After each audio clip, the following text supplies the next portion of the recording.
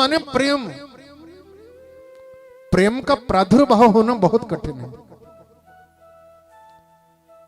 जिसमें सहजता आ जाए, जिसमें नेचुरलिटी आ जाए। निवेदन करूं जो नेचुरल हो जाए, सहज हो जाए, सरल हो जाए। अरे थोड़ा सा पद मिल जाए तो वो तो फूलना ही सब आता है, थोड़ा सा धन आ जाए तो बात करना बंद कर देता है, थोड़ी सी प्रतिष्ठा मिल जाए। अरे और तो और है, गांव में अगर पंचायत में वार्ड सदस्य भी चुना जाए तो निवेदन करूं वो भी अपने आप में एक अहंकार में भर जाता है। लेकिन अगर पद प्रतिष्ठा धन मिलने के बाद में अगर सरल रहे, प्रेमी होकर के जिए, तो ये सबसे बड़ी बात है। भगवान वेदव्यास कहते हैं कि जिसको श्रवण कर लेने के बाद में, जिस गाथा को सुनने के बाद, जिस कथा को श्रवण कर लेने के बाद में प्रेम का प्रादुर्भाव हो जाए, निवेदन करूं जिसको सुनने के बाद, जिसके पास में बैठने के बाद में प्रेम का सहज संचार हो जाए, ऐसी महाकथा का नाम भागवत कथा है। निवेदन करो, ऐसी कथा को भागवत कथा कहते हैं। और दूसरा वर्ण है गकार। गकार माने गति। गांव में कहते हैं गति माने मोक्ष, फलाने की गति हो गई, यानी मोक्ष मिल गया। और इसी को व्याकरण शास्त्र में गति कहते हैं। गम धातु से गच्छति शब्द बनता है, जिसका अर्थ होता है सह गच्छति या सह गमिष्यति, क्रियावान, जिसे हिंदी में कहते हैं सकारात्मक सोच, और जिसे इंग्लिश में कहते हैं पॉजिटिव थिंकिंग। क्रियावान हो जाना।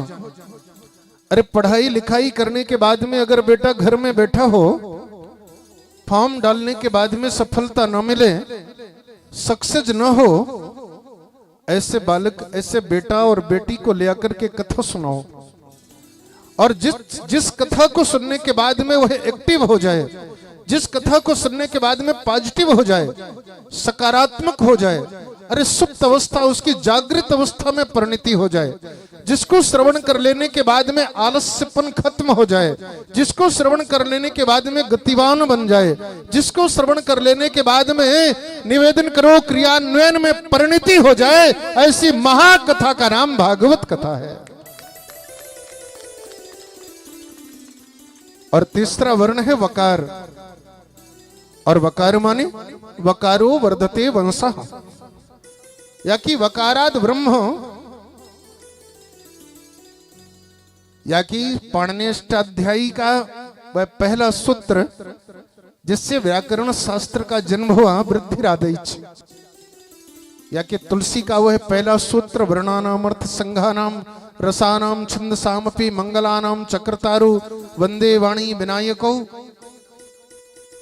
या कि अथा तो ब्रह्म है जिज्ञासा। ब्रह्म सूत्र का वह पहला सूत्र, चाहे जो भी हो।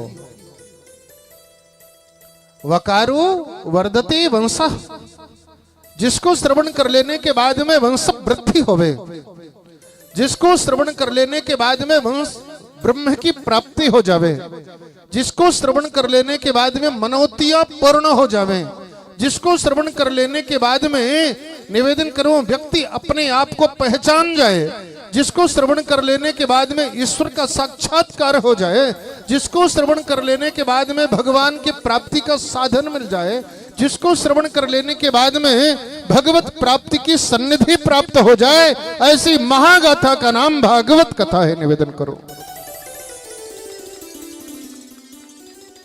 और चौथा वर्ण है तकार। तकार माने तकार तत्व प्रदः या तत्वदायकः, जिसको श्रवण कर लेने के बाद में तत्व यानी मनोतियां पूर्ण हो जावे, जिसको श्रवण कर लेने के बाद में जीवन भर मनोतियां मांगी, जीवन भर यहां वहां छप्पे लगाया, नारियल रखे, निवेदन किया, फलाने बाबा, सन्यासी बाबा, ब्रह्म बाबा, न जाने कितने बाबाओं के पास गए, लेकिन पूरा नहीं हुआ। जिस कथा को सुन लेने के बाद में मनोतियां पूर्ण हो जाएं, जिस कामना से भी कथा सुने उस कामना की पूर्ति हो जावे, जिस कथा को श्रवण कर लेने के बाद में सर्वस्व प्राप्ति हो जावे, निवेदन करूं ऐसी मंगलमयी गाथा का नाम भागवत कथा है। ये साधारण कथा नहीं है। देखो